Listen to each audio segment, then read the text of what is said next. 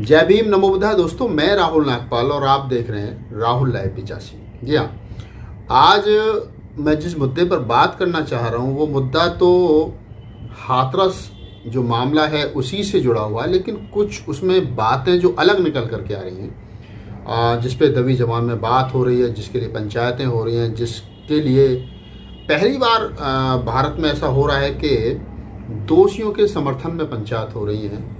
दोषियों के समर्थन में सत्ताधारी जो पार्टी है उसके जो नेता हैं वो बोल रहे हैं, और बहुत सारे वीडियो इस प्रकार के वायरल हो रहे हैं जिसमें कि लोग दोषियों के समर्थन में, यानी जो लोग आरोपी हैं, आरोपियों के समर्थन में लोग आ रहे हैं। इससे पहले कभी इस प्रकार से देखा नहीं है। निर्भया कांड में जब 7-8 साल पहले दिल्ली की चलती बस में एक कांड हुआ था जिसको निर्भया नाम दिया गया, निर्भया कांड दिया गया जिसको नाम। उस निर्भया कांड में भी पूरा देश आरोपियों को सजा दिलाने के लिए एक कतार में खड़ा था। पूरा देश ने उस बेटी के लिए न्याय की लड़ाई लड़ी। पूरे देश ने दुआएं की कि उस बेटी की जिंदगी बचे। वो बात अलग है कि जिंदगी बच नहीं पाई, लेकिन उसके बावजूद भी मुल्क भर में ये घटनाएं रुकी नहीं।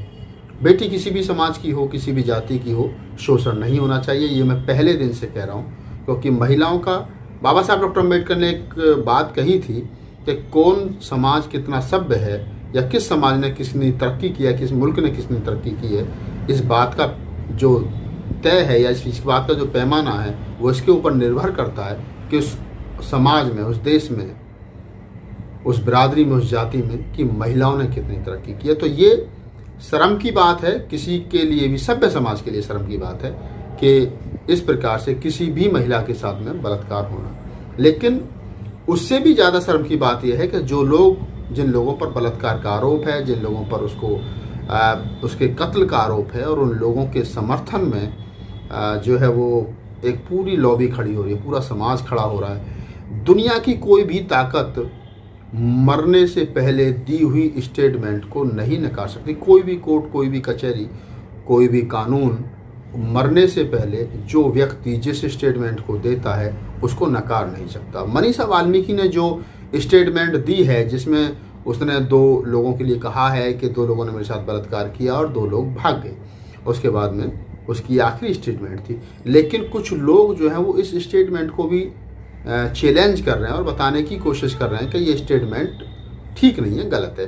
सीबीआई रिपोर्ट, सीबीआई जांच करेगी, एसआईटी गठित हो गई है, नार्को टेस्ट होगा।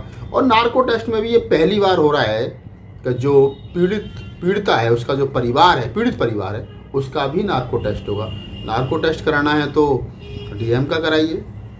हम तो कह रहे हैं मुख्यमंत्री जी भी कराएं अपना नार्को टेस्ट, वो क्यों नहीं करा रहे हैं, ताकि पता तो चले कि उनके ऑफिस से या उन्होंने किस प्रकार के आदेश जो है वो दिए हैं। लेकिन पीड़ित परिवार का नार्को टेस्ट होगा, ये अजीब बात है।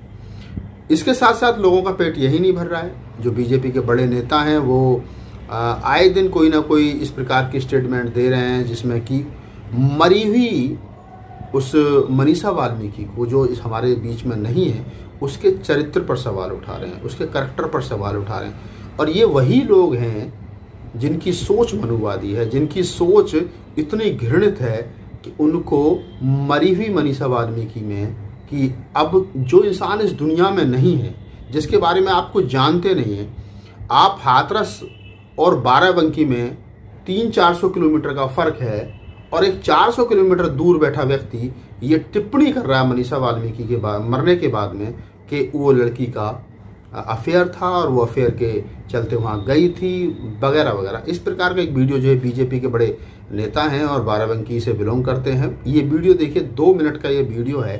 किस प्रकार से, किस भाषा का इस्तेमाल इन्होंने, ये किसी भी सभ्य नेता, ये सभ्य नेता तो छोड़िए, इंसान की भी भाषा नहीं, सभ्य इंसान की भाषा नहीं हो सकती है कि लड़की ने लड़के को बुलाया होगा बाजरे के खेत में, चूंकि प्रेम प्रसंग था। सब बातें सोशल मीडिया पर भी हैं, चैनलों पर भी आ चुकी हैं। पकड़ ली गई होगी, अक्सर यही होता है खेतों में। ये जितनी लड़कियां इस तरह की मरती हैं, ये कुछ ही जगहों पे पाई जाती हैं।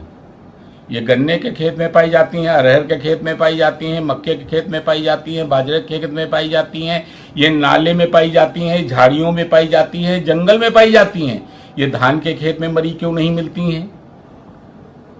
ये गेहूं के खेत में मरी क्यों नहीं मिलती हैं? इनकी मरने की जगह वही है और कहीं पे घसीट के नहीं ले जाई जाती हैं। कोई इनको घसीट के ले जाके देखता नहीं कि इनको घसीट के ले जाया गया। तो आखिर ये घटनाएं इन्हीं जगहों पर क्यों होती हैं? ये पूरे देश स्तर पर जांच का विषय है। मैंने गलत नहीं कहा है, लेकिन लड़की दोषी नहीं है, लड़के दोषी हैं। अभी मेहर उजाला में हमारे बाराबंकी में अभी एक लड़के ने लड़की के साथ आया था, आत्महत्या कर ली, लड़की कुछ नहीं हुआ। अभी अगर लड़की मर गई होती तो पूरा खानदान बंद कर दिया गया होता। तो कहने का मतलब ये है कि ये जो चीजें हो रही हैं समाज में, ये बहुत बड़ा पतन है। और मैं अपने समाज से कहना चाहूँगा कि अब वो दिन ना आने दें कि लड़की पैदा होते हुए मार दी जाए या सती प्रथा दोबारा लागू कर दी जाए। और मैं उन लड़कों को, निर्दोष लड़के हैं, सीबीआई इंक्वायरी हो गई है, उनको छोड़ा जाए। वरना अगर वो मान लिया जांच में निर्दोष पाए जाए गए तो ये उनकी जो जवानी के दिन जेल में बीतेंगे, उनको जो मानसिक प्रताड़ना हो रही है, उनके साथ जो कुछ गुजर रहा होगा निर्दोष लड़कों के साथ में जेल के अंदर, तो ये दिन कौन वापस करेगा? उनकी जवानी कौन वापस करेगा? इनको कंपनसेशन कौन देगा? इनको मुआवजा कौन देगा? और मैं माननीय योगी जी से फिर एक बार निवेदन करना चाहता हूं कि इनको प्रोत्साहन नहीं मिलना चाहिए, प्रोत्साहन राशि नहीं मिलनी चाहिए।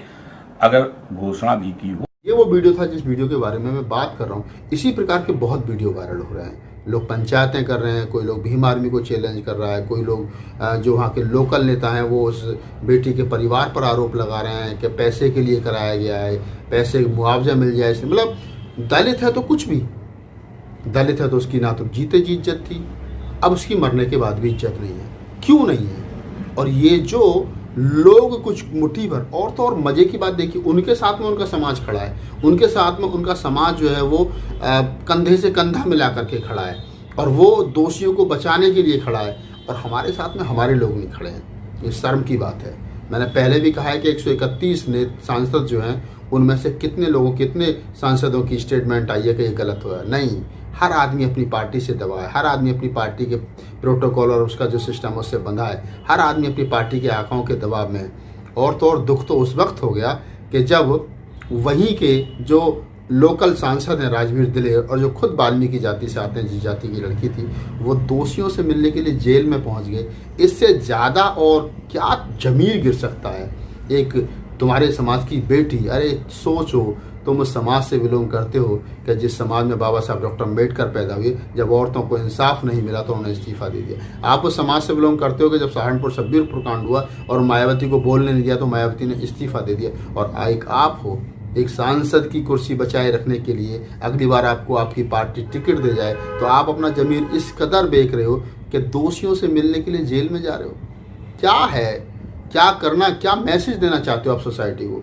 तो ये तमाम बातें हैं। वहाँ जिस प्रकार के वीडियो आ रहे हैं, जिस प्रकार की भाषा का इस्तेमाल सरकार के नुमाइंदे कर रहे हैं, जिस प्रकार के वहाँ के बीजेपी के लोकल नेताओं की तरफ से बातें आ रही हैं, जिस प्रकार के करनी सेना और तमाम हिंदू के संगठन जो हैं वो भाषा का इस्तेमाल कर रहे हैं और उन पर किसी प्रकार की कोई कार्रवाई नहीं हो रही है।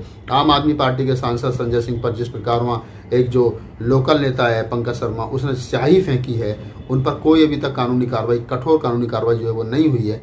तो ये लग रहा है कि इसमें चाहे सीबीआई जांच करा लो, चाहे इसमें नार्को टेस्ट करा लो, होना वही है जो सरकार चाहती है। लेकिन देखना यह है कि दलित समाज इस लड़ाई को कितनी ईमानदारी के साथ लड़ेगा और कब तक लड़ेगा। मेरा मानना है कि हम इस लड़ाई को तब तक लड़ेंगे कि आने वाली नस्लें ये कहें कि हाथरस में एक वाल्मीकि समाज की, दलित समाज की बेटी के साथ में बलात्कार हुआ था और उन दोषियों को ये सज़ा मिली थी। हम इस लड़ाई को तब तक लड़ेंगे। लेकिन ये भी एक प्रश्न है, ये भी एक बात है, क्या जो लोग लड़ाई की लड़ने की बात कर रहे हैं, क्या उनको ईमानदारी से लड़ाई लड़ने दी जाएगी, या कुछ लोग बिचौलिया बनकर के पीड़ित पक्ष को और जो आरोपी पक्ष है दोनों को मिला करके बीच में दलाली करने का काम करेंगे?